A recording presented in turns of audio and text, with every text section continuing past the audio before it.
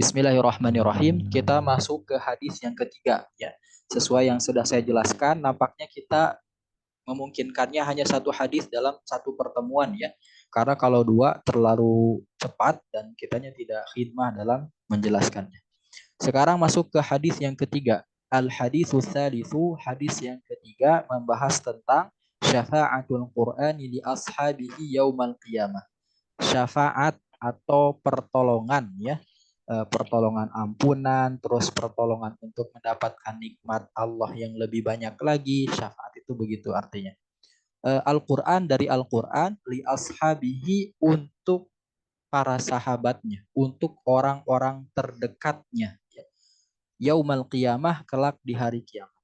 Nah, jadi syafaat itu banyak. Ada syafaat dari Rasul, yaitu syafaatul uzma ya, disebutannya itu. Ada syafaat dari Al-Quran ya. Bahkan yang paling bagus lagi, faidah orang yang suka baca Quran ya, terus suka baca Quran sampai orang tersebut itu hafal tanpa sadar. Saking seringnya kan hafal tuh tanpa sadar.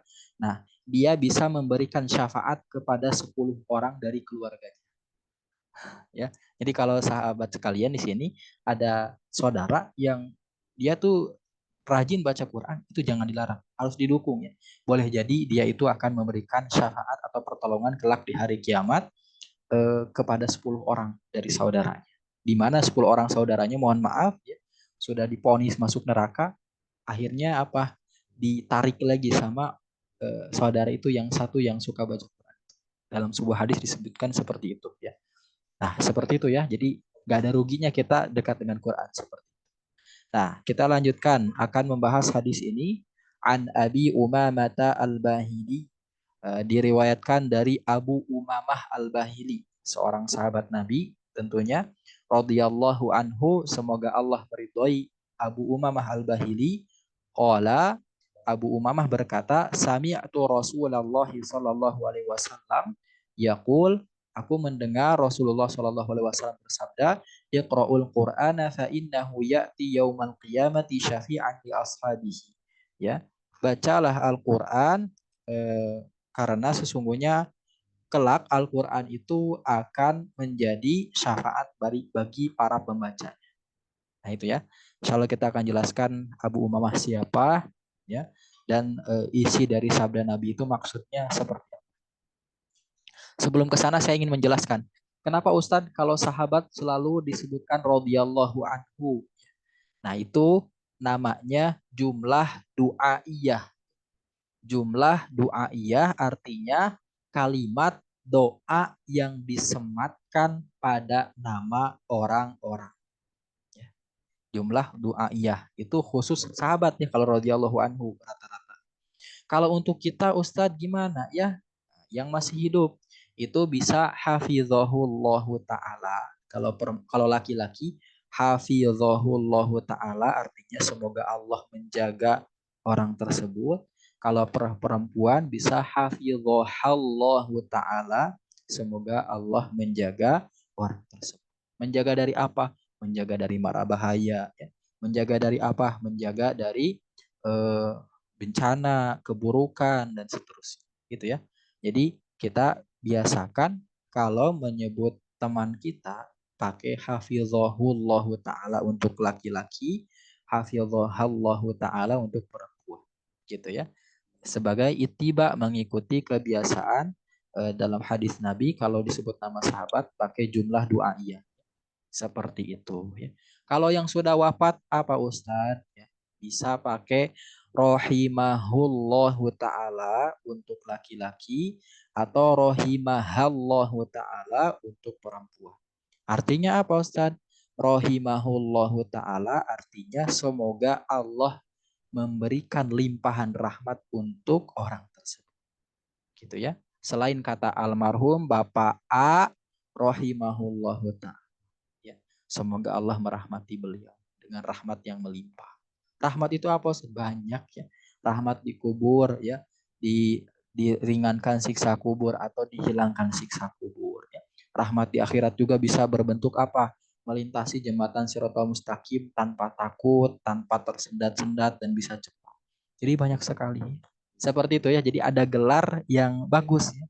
Selain SPDLC dan seterusnya, yaitu tadi jumlah du'aiyah yang disematkan pada nama seseorang.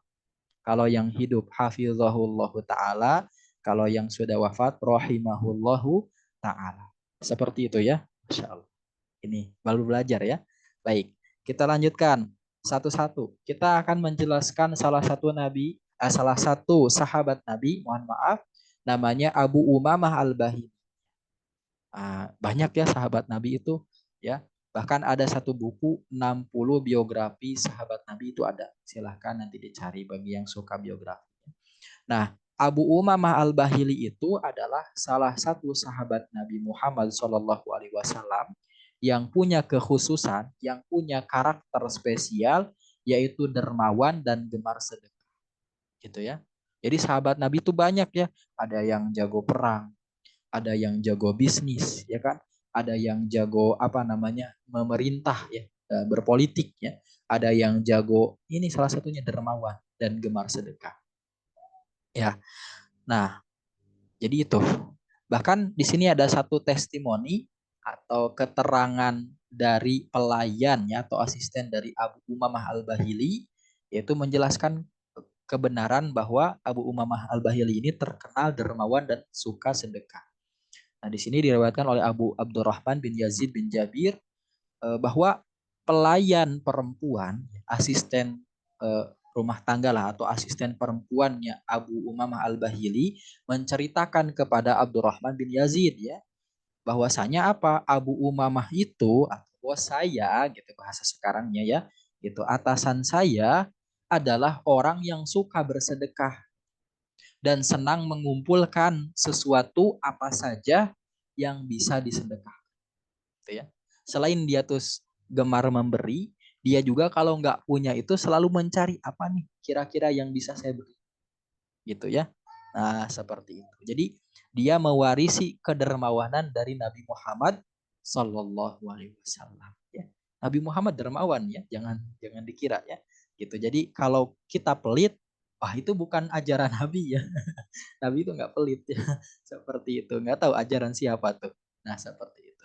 Nah, itu ya. Jadi Abu Umamah mewarisi akhlak Nabi berupa apa? Dermawan dan gemar sedekah.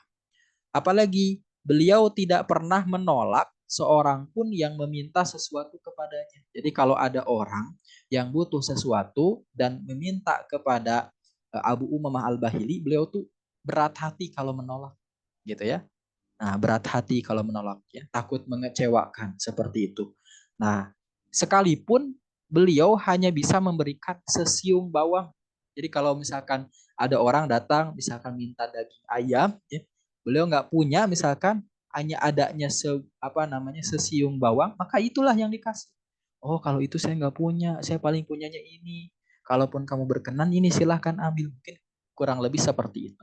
Atau sebutir kurma ya gitu. Sekarang coba sesiung bawang harganya berapa? Ya, paling 500 perak. Berat nggak kita ngeluarin 500 perak? Ya. Ya. Dan kita nggak tahu itu yang minta tuh apakah orang atau malaikat yang menyamar. Kan kita nggak tahu ya. Allahu Akbar. Ya. Atau sebutir kurma, emang sebutir kurma berapa? Kan seperti itu. Atau sesuap makanan gitu. Ya, sesendok makanan kalau kita mungkin ya kurang lebih seperti itu. Ya, nah, kayak gitu.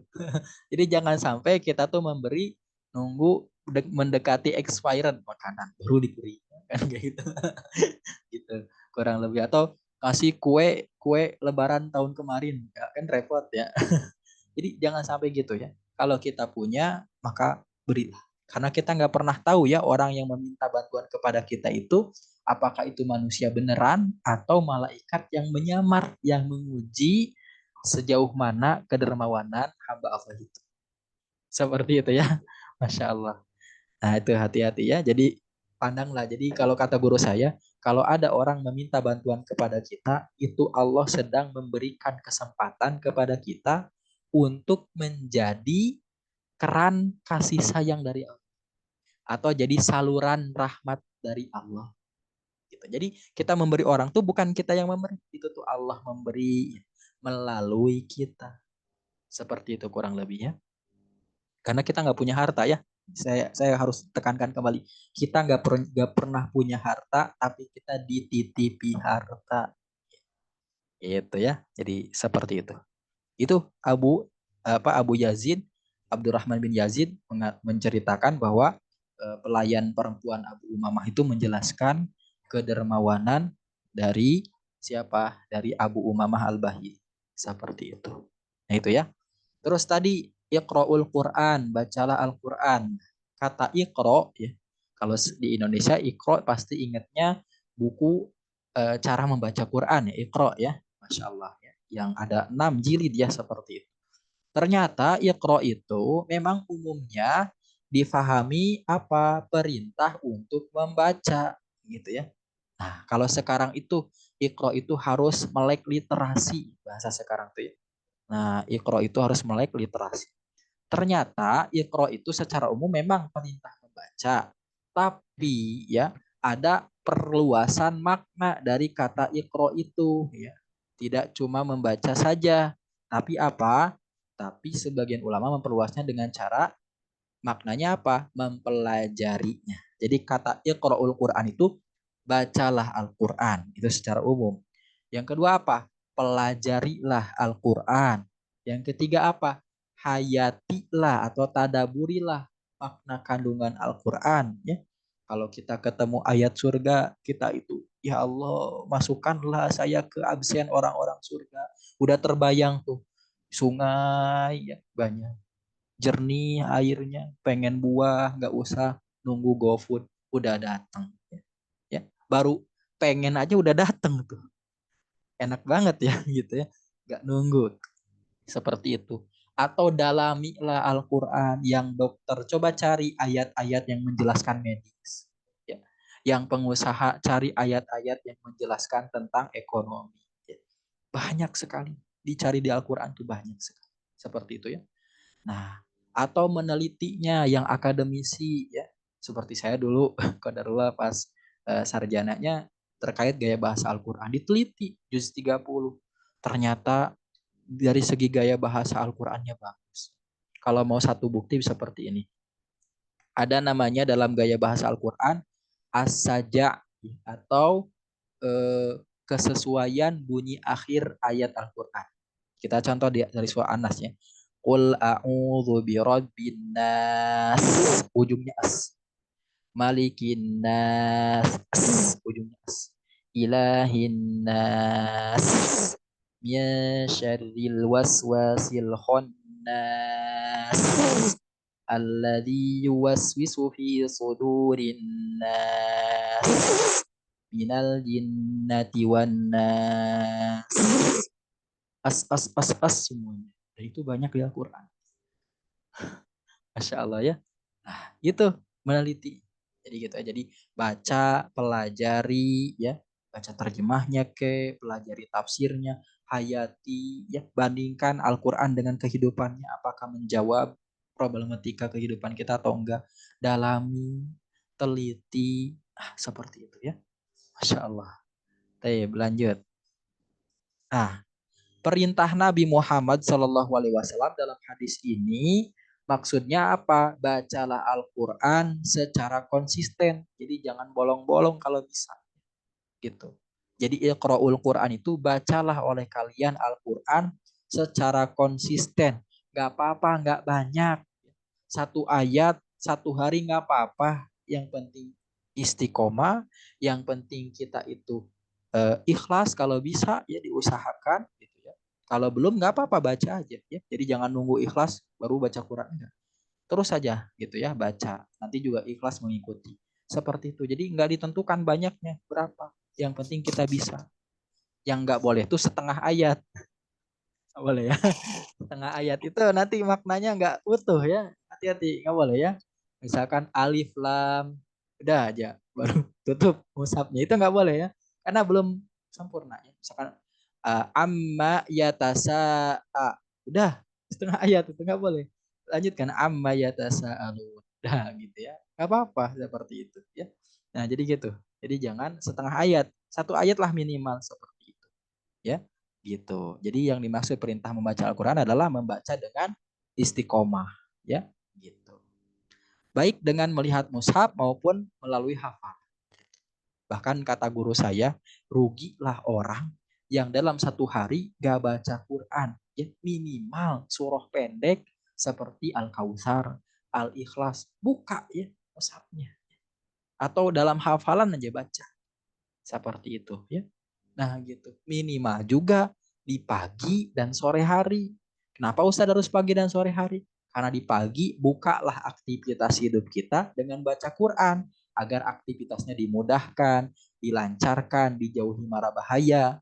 Terus di akhir hari ya, maksudnya di sore hari maghrib ya, mau menjelang malam, baca juga Al-Quran agar melindungi kita ketika kita tidur. Jadi awal dan akhir nggak apa-apa, tengah-tengah nggak baca Quran. Allah juga tahu mungkin kita sibuk, ya. Tapi awal dan akhir jangan sampai tidak baca Al-Quran, minimal Al-Fatihah, minimal Al-Ikhlas, minimal Al-Kautsar, gitu, ya. Seperti itu kurang lebihnya. Nah, gitu ya. Jadi baik hafalan maupun baca boleh. Nah, itu ya. Lanjut. Terus maksud dari Al-Quran akan datang tadi kan. Fa innahu ya'ti yaumal qiyamah syafi'an li ashabihi. Nanti pada hari kiamat itu Al-Quran akan datang ke kita yang suka baca Quran, insya Allah ya, amin. Bukan berarti Al-Quran yang kuncung datang, mushafnya bukan. Tapi apa? Tapi amalan bacaan Quran kita yang berwujud, yang datang menghampiri kita, ya, menemani kita, ya. Kita mungkin takut menghadapi akhirat, ditemani oleh amalan bacaan Quran kita, jadi kita itu berani, tenang, gitu. Yang di alam kubur, ya, amalan baca Quran kita jadi penerang, jadi lampu, ya, mungkin jadi kesejukan, mungkin udara, seperti itu. Nah, Ustadz gimana ya, misalkan orang almarhum almarhumah jarang baca Quran semasa hidupnya, ya sekarang tugas ahli warisnya ya menambal, ya memperbaiki, ya menyempurnakan ketidaksempurnaan almarhum ketika hidup dengan mengirimkan bacaan Al-Fatihahnya yang punya kelebihan harta wakaf apapun itu, ya agar dapat transferan pahala, gitu gitu. Insya Allah transfer pahala tuh nggak bakal delay, ya, nggak bakal ada gangguan jaringan, nggak akan, sampai langsung ya. Seperti itu. Jadi bahkan kita sodakolah sudah sampai, gitu, sudah dinikmati nih sama uh, apa namanya orang yang sudah wafat, sudah dinikmati, sudah diterima, seperti itu ya. Nah akan tetapi tadi apa, bacaan Al-Qurannya itu akan berwujud ya, bisa berbentuk manusia ya, bahkan kalau kata sebagian riwayat itu berbentuk pria yang ganteng bagi perempuan ya, yang menemani dia agar dia nggak ketakutan di alam kubur dan seterusnya ya. Sedangkan itu sebagian tafsiran, meskipun sedangkan wujudnya tidak ada yang tahu secara pasti gitu ya, itu hanya spekulasi ya, penafsiran, prediksi seperti itu gitu ya. Jadi jangan malas baca Quran. Lanjut, hadis ini menetapkan bahwa adanya pertolongan Allah merupakan syafaat di hari kiamat melalui jalur rajin baca Quran. Gitu ya. Jadi ada syafaat itu melalui jalur rajin baca sholawat, gitu ya. Sehingga Nabi itu semakin cinta kepada kita, Nabi memberikan syafaat kepada kita. Bisa jalur itu, bisa jalur kita mengikuti ya sunnah-sunnah Rasulullah SAW, itu juga dapat syafaat. Bisa satu sekarang melalui baca Quran, dekat dengan Al-Quran, nanti Al-Quran memberi syafaat kepada kita, pertolongan kepada kita, seperti itu ya. Bahkan guru saya pernah bilang kayak gini, orang yang wajahnya hitam legam di akhirat itu orang yang gak pernah lihat mushaf Al-Quran atau jarang katanya. Karena Al-Quran kan nur ya, cahaya. Ketika kita banyak buka mushaf Al-Quran dengan baca Quran, itu cahaya dari mushaf Al-Quran itu akan nyerap di wajah kita dan nanti di akhirat insya Allah akan terang. Ya, seperti itu. Maka bunda-bunda sekalian pernah lihat nggak? Mohon maaf ya, ini bukan rasis ya. Orang Afrika ya, kan kita tahu ya kulitnya, tidak usah dibicarakan. Itu kalau penghafal Quran wajahnya bersinar ya, ya tenang, teduh ya. Iya. Tapi mohon maaf ya, orang bule, enggak semua bule ya. Orang bule yang non muslim meskipun putih, apakah bercahaya wajahnya? Enggak, pucat. Karena dia nggak pernah baca Quran. Karena dia nggak mengimani Quran. Seperti itu ya. Maka kalau kita ingin wajahnya cerah ya di akhirat ya, kalau di dunia kan banyaklah kosmetik. Kalau di akhirat banyak buka mushaf Al-Quran baca. Biar apa? Cahaya itu nyerap ke wajah kita. Allahu Akbar. Maka kalau ada yang wafat wajahnya cerah ya, wah itu insya Allah dia ahlul Quran. Itu akan terbukti seperti itu ya. Masya Allah, Alhamdulillah. Mudah-mudahan kita termasuk eh, dengan orang tersebut ya. Amin ya Allah ya Rabbal Alamin. Itu. Dan nggak usah banyak kalau nggak mampu. Yang penting konsistennya itu. Ya. Gitu. Jadi Al-Quran memberikan pertolongan kepada kita kelak di akhirat. Asal kita konsisten, setia bahasa sekarang itu ya. Sibuk apapun kita luangkan. Gitu. Minimal satu ayat, jangan setengah, apalagi 1/4. Nggak boleh ya. Gitu. Lanjut. Nah, hadis ini juga menetapkan bahwa adanya eh, oh ya, sahabat Al-Qur'an tadi kan li ashabihi, sahabat Al-Qur'an atau sohibul Qur'an. Itu apa sih? Ya. Sohib secara bahasa, ini kan saya ceritanya alumnus bahasa ya. Sohaba yusohibu artinya orang yang selalu menyertai. Jadi sohib itu orang yang selalu menyertai. Nggak pernah lepas. Ya, kalau bahasa sekarang mungkin apa ya? Soulmate begitu ya. Ya, bukan Ustadz ini soulmate tuh bestie lah mungkin Masya Allah. Bahasa sekarang tuh begitu. Udah leket banget gitu kan ya. Nah itu sohib artinya bahasa Arab. Sohibul Quran itu adalah orang yang bestie, yang dekat banget, yang bersahabat banget ya, ya teman sejati banget dengan Al-Quran. Dia kemana-mana aja ingat Quran, kecuali ke toilet ya, gitu. Kemana-mana dia baca, menyempatkan cuma baca Al-Fatihah, Al-Ikhlas, buka mushaf, tutup lagi, cium, bahkan ya dipeluk, bahkan Masya Allah. Itu sohibul Quran, gitu ya. Ustadz di HP boleh, boleh. Cuma mushaf Al-Quran di HP itu tidak dinilai mushaf ya, karena itu dinilainya aplikasi ya. Maka orang yang head kalau menyentuh Al-Quran di handphone itu nggak apa-apa gitu ya. Asalkan Al-Qurannya yang ada artinya, ya, ada terjemahnya itu tidak dinilai mushaf Al-Quran. Yang dinilai mushaf Al-Quran itu lembaran kertas fisik ya, yang full dengan tulisan Al-Quran tanpa adanya terjemah. Gitu. Maka itu tidak boleh dipegang oleh orang yang haid seperti itu. Ya. Nah, jadi sahabat Al-Quran adalah orang yang senantiasa terus-menerus membaca Al-Quran siang dan malam sepanjang hidupnya. Gitu ya. Bahkan kalau dia nggak baca Quran itu, dia ngerasa nyesel gitu ya. Dan kalau di rumah Al-Qur'an atau pesantren Al-Qur'an, kalau ada orang yang sedih itu biasanya dia terlewat tadarus, terlewat murojaah, itu sedih. Karena dia ngerasa butuh terhadap Al-Qur'an. Seperti itu. Jadi mudah-mudahan kita termasuk sahibul Quran, orang yang terus-menerus baca Quran ya, setiap harinya, bahkan mungkin setiap waktunya, minimal satu ayat. Bismillahirrahmanirrahim ya. Seperti itu ya.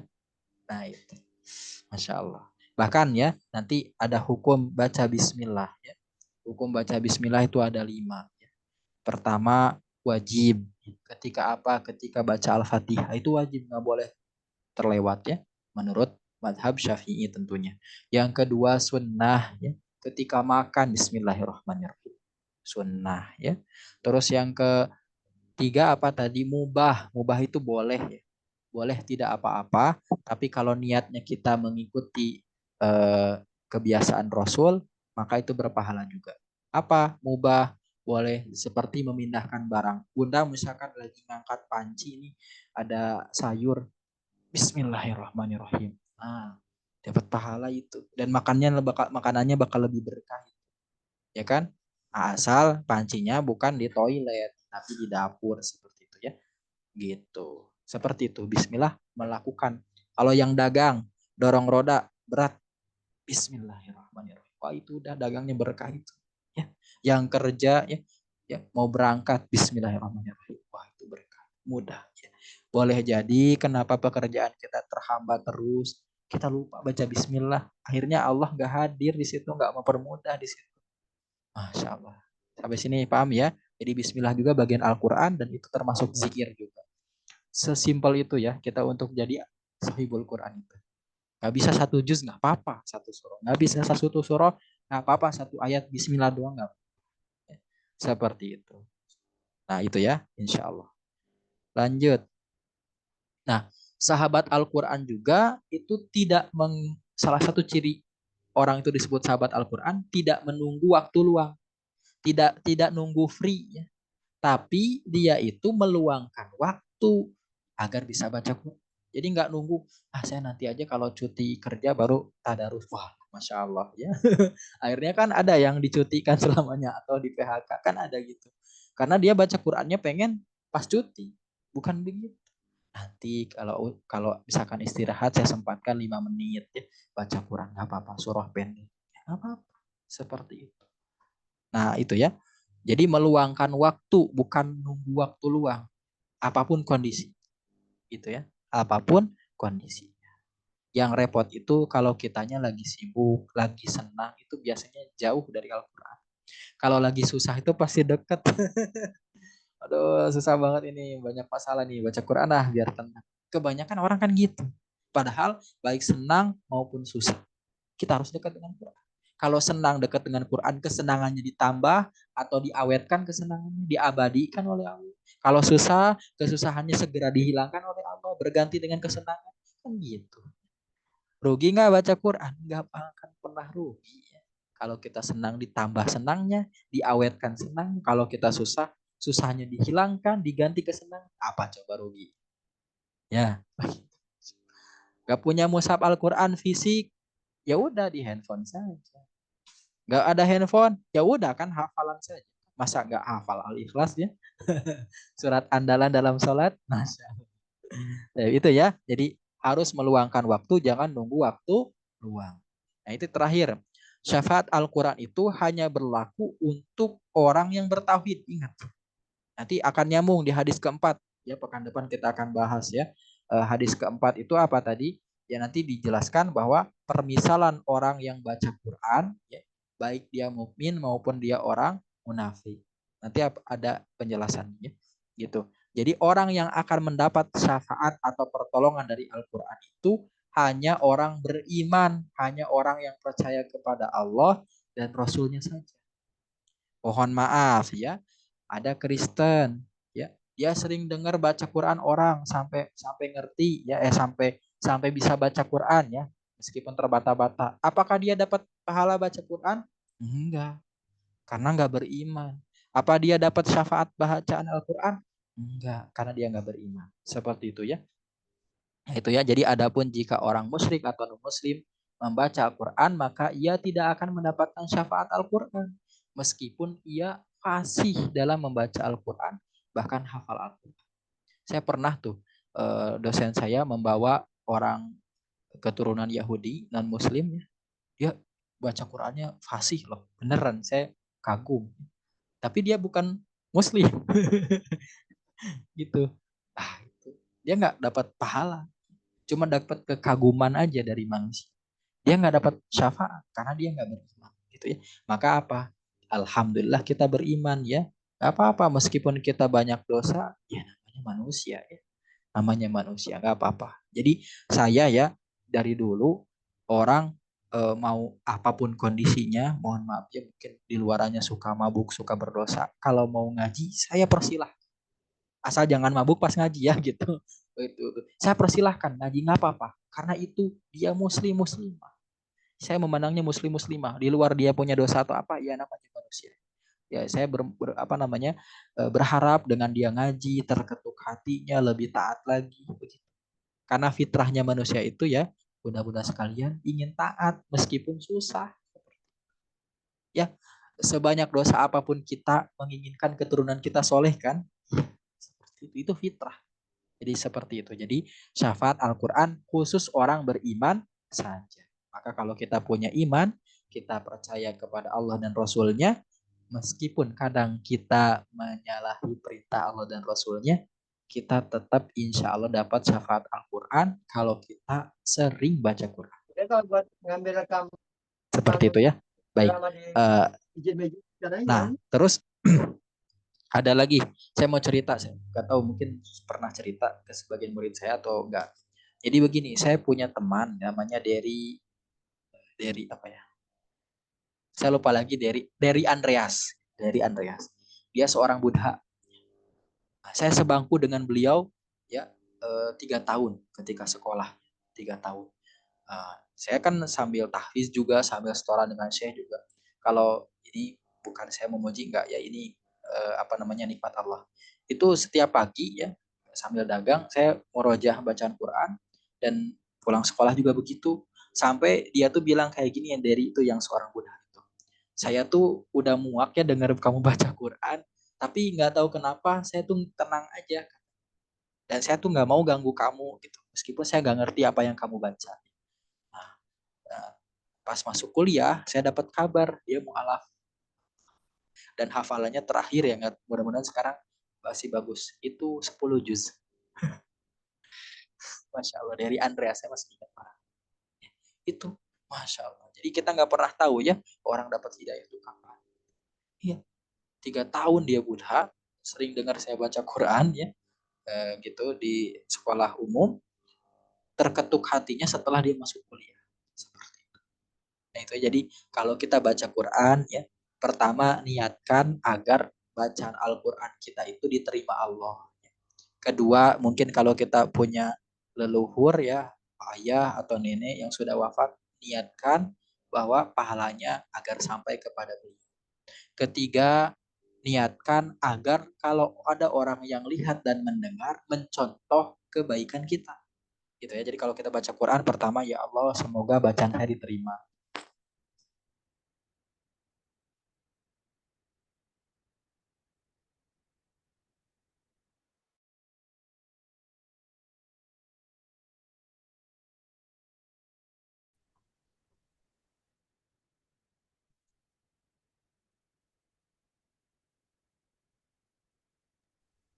Tes baik, dilanjut ya. Jadi ketika bunda-bunda sekalian membaca Al-Quran, maka pertama niatkan semoga Allah menerima amalan baca Quran kita. Kedua, kita niatkan semoga pahala kebaikannya itu sampai kepada orang tercinta kita yang sudah wafat. Ketiga, kita niatkan semoga ya kalau ada orang yang melihat kita baca Quran, dia terinspirasi untuk baca Quran juga. Nanti kalau terinspirasi, bunda itu dapat pahala jariah di sana. Gitu ya. Karena banyak orang tuh ya, saya suka lihat kamu baca Quran, meskipun saya nggak bisa. Gitu ya. Nah, itu tuh bagus ya. Kita nggak pernah tahu hatinya terketuk kapan. Kalau hatinya terketuk kayak tadi, dari itu teman saya ya, pas kuliah dia terketuk mungkin hatinya dan hafal 10 juz, kan alhamdulillah insya Allah saya punya pahala ya, meskipun saya nggak niat ngajarin dia kan, orang dia Buddha ya, tapi dia selalu dengar saya baca Quran. Nah itu ya, maka bunda juga begitu ya, jadi niatnya 3 ketika baca Quran. Iya, insya Allah. Baik. Jadi itu ya, jadi seperti itu. Jadi ketika baca Quran niatnya tadi 3 ya, bahwa tadi apa, semoga amalan baca Quran kita diterima oleh Allah. Kedua, niatkan hadiah kepada arwah dari orang yang sudah meninggal. Ketiga, semoga pahala apa, bacaan Al-Quran kita itu menjadi inspirasi bagi orang lain. Seperti itu ya. Gitu. Ustadz, kalau kita melakukan dosa, tes, apa ada suaranya? Halo? Takutnya hilang? Ada Ustadz. Cek. Ada Pak Ustadz. Apa sudah ada suaranya? Ada. Ada. Sekarang hilang.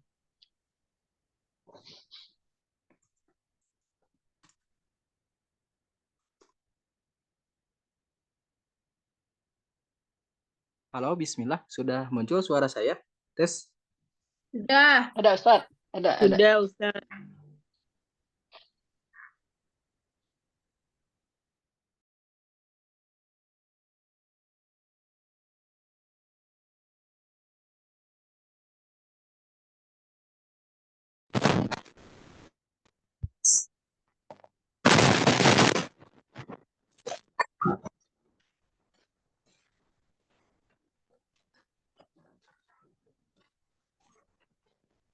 kepadanya.